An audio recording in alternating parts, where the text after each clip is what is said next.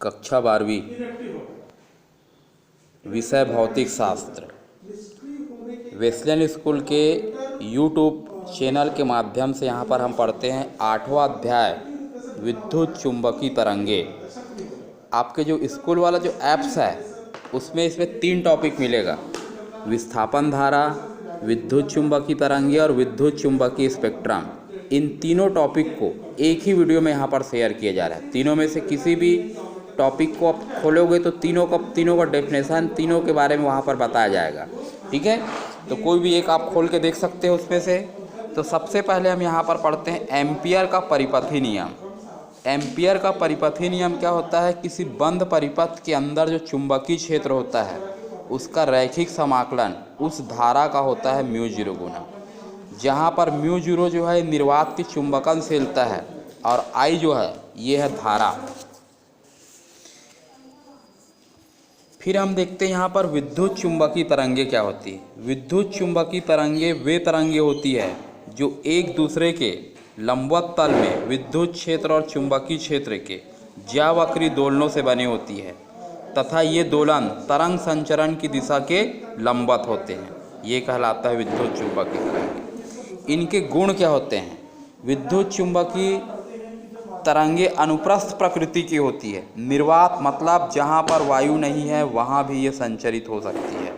ये तरंगे विद्युत तथा चुंबकीय क्षेत्रों द्वारा अप्रभावित होती है। निर्वात में इनका वेग 3 × 10⁸ मीटर प्रति सेकंड होता है। ये तरंगे परावर्तन, अपवर्तन, व्यतिकरण, विवर्तन, ध्रुवण इन सभी गुणों को दर्शाती हैं, जिसमें से परावर्तन और अपवर्तन के बारे में पिछले कक्षाओं में आप पढ़ चुके हो। यहाँ पर हम नया पढ़ेंगे व्यतिकरण, विवर्तन और ध्रुवण के बारे में। आगे के अध्याय में इन तीनों का डिटेल पढ़ेंगे कि व्यतिकरण क्या होता है, विवर्तन क्या होता है और ध्रुवण क्या होता है। ये तरंगे दोलायमान या त्वरित आवेशों से उत्पन्न होती है। समष्टि में इनका मान होता है C = E0/B0।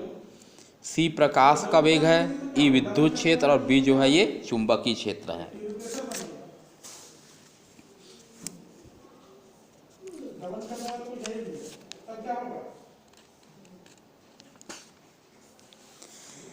फिर हम पढ़ते हैं यहाँ पर विद्युत चुंबकीय स्पेक्ट्रम।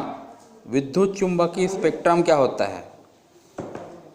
सूर्य से आने वाली जो प्रकाश है इसमें कई प्रकार की तरंगे होती है, उनको एक निश्चित क्रम में विभाजित किया गया है। उसी क्रम को हम बोलते हैं विद्युत चुंबकीय स्पेक्ट्रम। इसके अंतर्गत आता है रेडियो तरंगे, सूक्ष्म तरंगे, अवरक्त तरंगे, दृश्य प्रकाश तरंगे, पराबैंगनी प्रकाश, एक्स किरणें, गामा किरणें, ये सब इसके अंतर्गत आती है। एक्स किरण जो होता है चिकित्सा के क्षेत्र में टूटी हुई हड्डियों का पता लगाने में इसका उपयोग करते हैं। पराबैंगनी किरणें जो है प्रकाश विद्युत प्रभाव उत्पन्न करने में, सौर सेल जो होता है इसी के सिस्टम पर आधारित होता है। अवरक्त किरणें जो होती है अंधेरे या धुंध में फोटोग्राफी के लिए, अंधेरे में या धुंध में फोटो खींचने के लिए अवरक्त किरणों का उपयोग किया जाता है। सूक्ष्म तरंगे क्या है? सूक्ष्म तरंगों का उत्पादन विशेष प्रकार के निर्वात ट्यूबों जैसे मैग्नेट्रॉन, गन, डायोड के द्वारा किया जाता है। अवरक्त तरंगों कैसे करती है? ये गर्म पिंडों एवं अणुओं से उत्पन्न होते हैं। कोई भी पिंड यदि गर्म होता है तो वहाँ से निकलने वाली जो तरंगे होती है ये होती है अवरक्त किरणें। एक्स किरणें भारी तत्वों पर उच्च ऊर्जा के इलेक्ट्रॉनों की बौछार करने से ये किरणें जो है उत्पन्न होती है। ये विद्युत चुंबकीय तरंगों को उत्पन्न कैसे किया जाता है ये देखिए। दोलायमान विद्युत और चुंबकीय क्षेत्रों के द्वारा उत्पन्न होता है। इसमें S1 और S2 धातु के 2 गोले होते हैं जिसके बीच की दूरी लगभग 2 से 3 सेंटीमीटर होती है। S1 और S2 धातु की 2 प्लेटों P1 और P2 से जुड़े होते हैं जिनके बीच का डिस्टेंस लगभग 50 सेंटीमीटर होता है। P1 और P2 कम धारिता के संधारित्र का निर्माण करते हैं। दोनों गोले जो होते हैं एक प्रेरण कुंडली से जुड़े हुए होते हैं।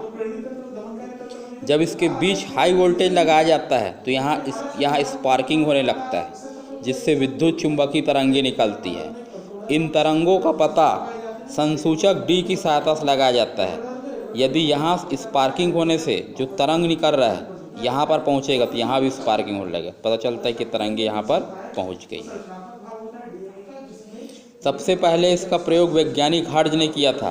बाद में इसने जी मार्कोनी कुछ मॉडिफाइड किया इसको और इन विद्युत चुंबकीय तरंगों को बहुत अधिक दूरी तक भेजने में सफलता प्राप्त की। हर्ट्ज ने जो प्रयोग किया था वो प्रयोगशाला तक ही सीमित था, कुछ ही दूरी तक भेजा गया था, लेकिन मार्कोनी ने जो प्रयोग किया वो ब्रिटिश चैनल को पार करके बहुत अधिक दूरी तक भेजने में सफलता प्राप्त की।